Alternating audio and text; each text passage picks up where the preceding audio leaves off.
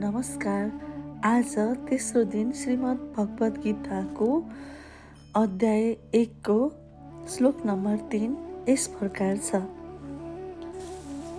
पश्यैतां पाण्डुपुत्राणामाचार्यमहतीं च मों व्यूढां द्रुपदपुत्रेण तव शिष्येण धीमता।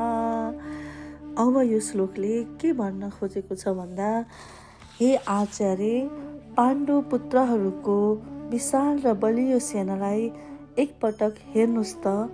यो सेना द्रुपदका पुत्र धृष्टद्युम्नले सजाएका हुन्, जो कि तपाईँको आफ्नै शिष्य हुन् र उनी बुद्धिमान पनि छन्। यस श्लोकमा 3वटा भावहरू देखिन्छन्। 1 नम्बरमा चिन्ता। पाण्डवहरूको सेना बलियो देखेर दुर्योधन चिन्तित छन्। त्यस्तै गरी 2 नम्बरमा द्रोणप्रति कुटिल सङ्केत। तपाईँले जसलाई युद्धकला सिकाउनुभयो उनी नै आज हाम्रो विपक्षमा छन्। 3 नम्बरमा सजगता जगाउने प्रयास।